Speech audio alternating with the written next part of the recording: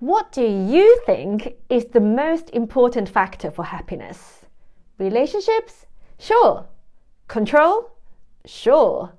But cosmetic surgery? What? This is just one of the many surprising and fascinating insights from the book, The Happiness Hypothesis by Jonathan Haidth. I wish I could show you the book cover in real life, but I read it on my Kindle, so I'm not able to do that. It turns so much of what we think we know about happiness on its head and forces you to re-evaluate what it means to live a happy life.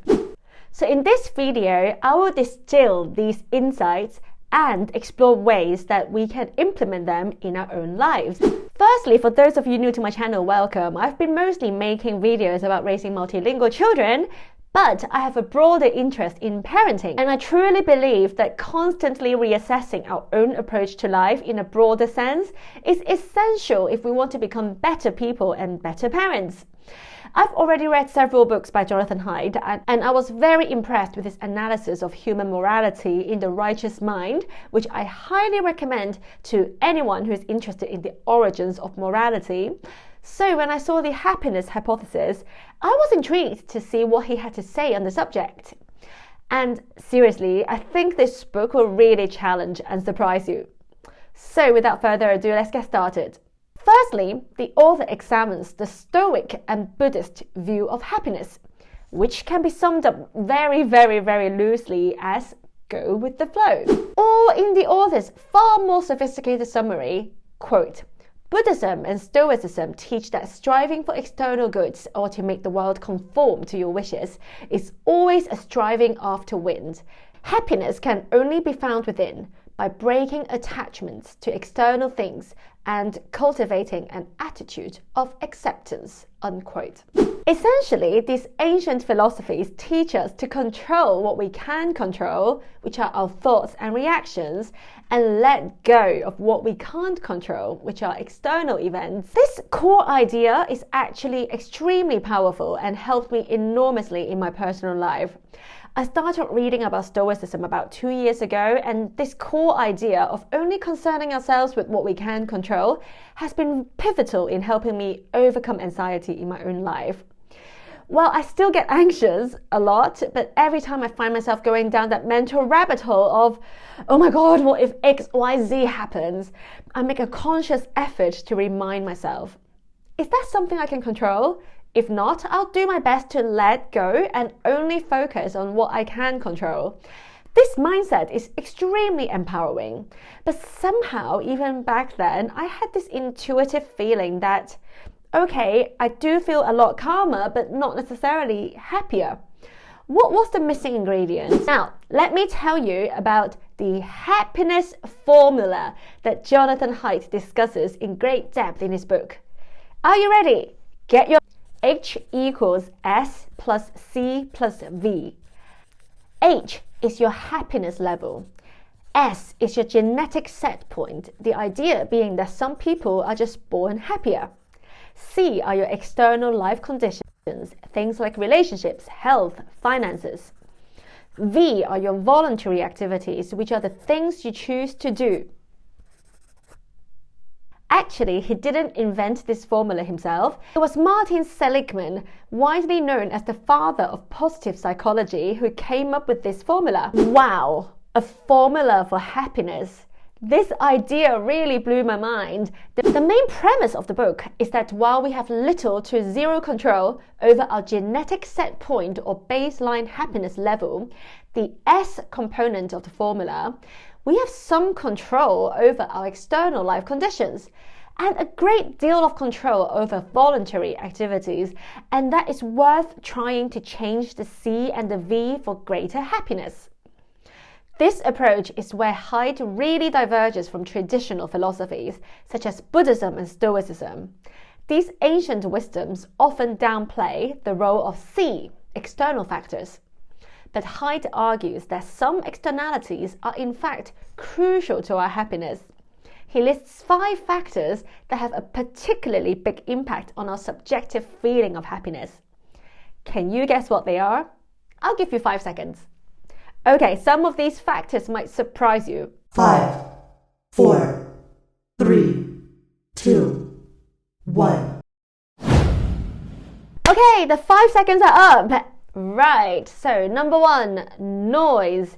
This one was a real surprise for me. Chronic noise, like from a new highway, can really make us miserable. So, the author argues that it's actually really worth striving to reduce sources of noise in our lives to significantly enhance our happiness. Number 2, commuting. Another slightly surprising factor is commuting. According to the author, while people quickly get used to having more living space, they never fully adapt to longer commutes, especially in heavy traffic.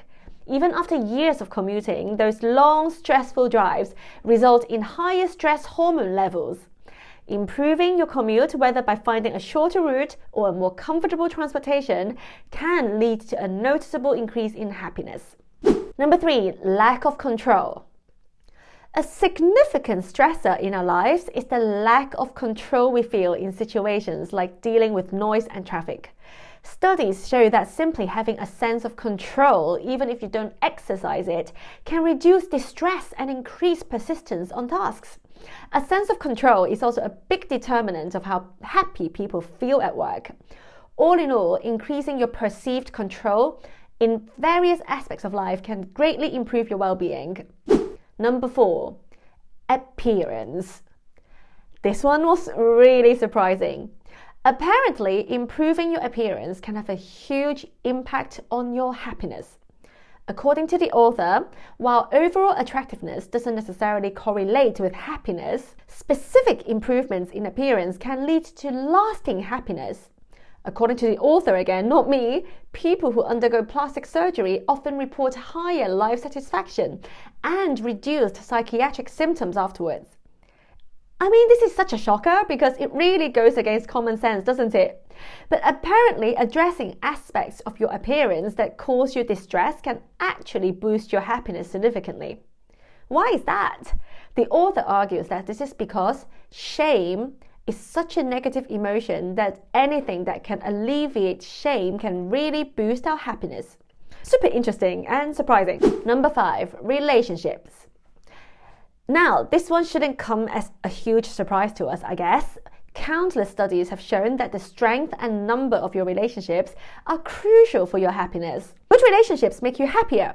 And happier people tend to have more and better relationships. On the flip side, conflicts, whether with a spouse or a roommate, can drastically reduce your happiness. Building and maintaining positive relationships is vital for sustained happiness. I can strongly identify with the impact of commuting, control, and relationships.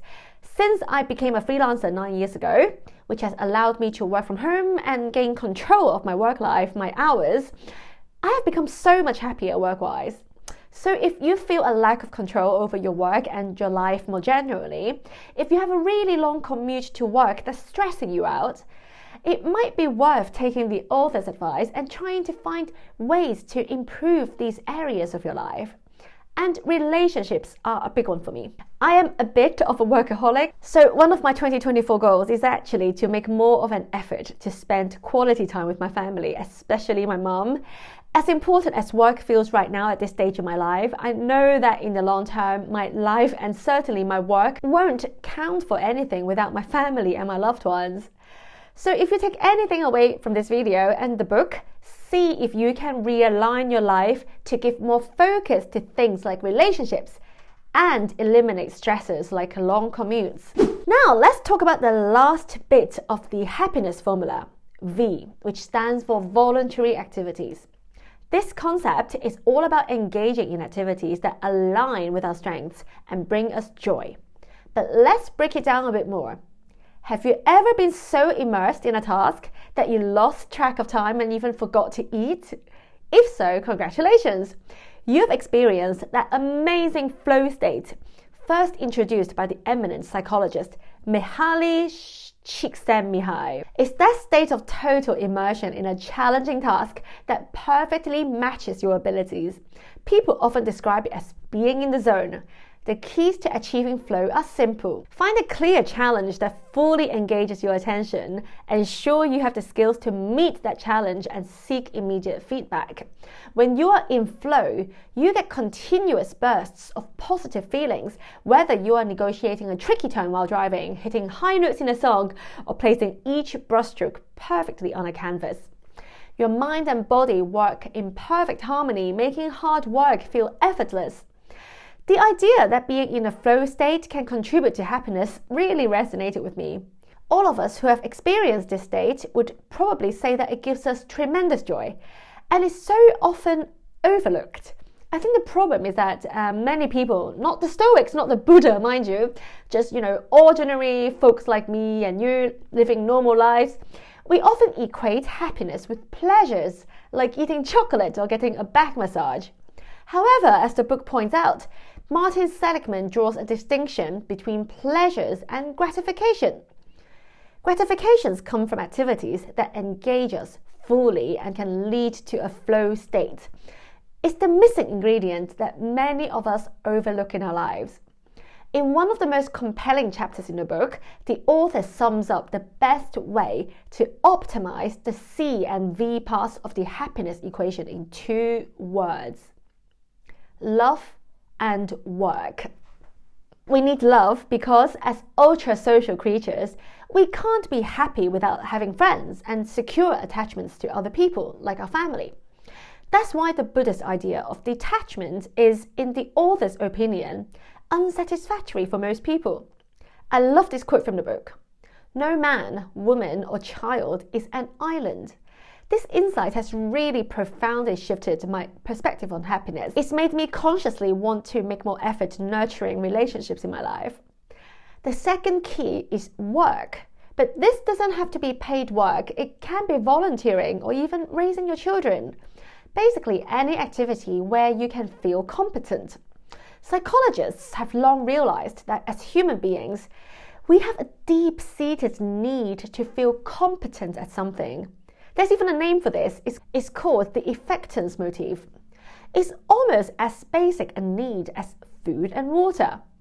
The author cites a quote from Tolstoy that sums this up beautifully. One can live magnificently in this world if one knows how to work and how to love. To work for the person one loves and to love one's work. Can anyone put this better? Now, before we get to the next section, let me tell you about something that happened to me a few months ago. My son's 7 years old and generally speaking isn't a super chatty kid. Like, he wouldn't typically tell me a great deal about what happened at school unless I ask him. One night a few months ago, just as we were doing our bedtime routine, he started talking to me about something that had happened at school that day. He said, "Mama, today during this sports competition thing, me and Harris, who is his best friend, were throwing paper planes, and the whole class was cheering for Harris." Then to my horror, my son started crying. He said, "Mama, I'm really upset. Everyone likes Harris more. Why is he so much more popular than me?" His words really shook me. For the first time, maybe ever, I was stumped. I just didn't know what to say. And of course, my heart ached for my little boy so much. But more than that, this was the moment when I realized for the first time that my children would one day face adversity in their life, and there would be little I could do other than be there for them. Why am I telling you this story? Because in the happiness hypothesis, the authors devoted a whole chapter to the role of adversity in children's development and growth and ultimately happiness. The author talks about what's called the adversity hypothesis. Basically, it's the idea that facing challenges and setbacks is crucial for kids to grow into strong, resilient adults. This idea makes so much sense, but it's so hard to accept as parents, especially parents who have the tendency to be a bit, overprotective like me. Our instinct is to always protect our kids, right? To shield them from pain. But what if that's actually harming them? So what should parents do? On a practical level, the author suggests that we can expose our children to a variety of experiences that help them learn and grow. Show them how to handle different situations, Encourage them to see things from different perspectives. And yes, let them face some challenges. Adversity often leads to greater compassion and a better balance between self and others. It helps us learn how to cope in different ways and can even guide us to new paths and directions. This process, known as post-traumatic growth, usually results in gaining wisdom. So even though it's tough to watch our kids struggle, these experiences are essential for their long-term development and happiness. This part of the book really resonated with me as a parent who wants to raise happy, resilient, well-rounded children. Going forward, I'll really try to let go a bit more when it comes to the kids. Rather than trying to protect them at all costs, I'll focus on being supportive to be there for them. At the end of the day, that really is the best thing any parent can do for their child. I hope you found this video helpful and insightful. Let me know in the comments below if you would like me to do more videos like this one, where I distill the best insights from my favorite books. If you are a busy parent who wants to manage your time better, check out the next video where I give my top 5 time management hacks that will help you save time and live a more productive life.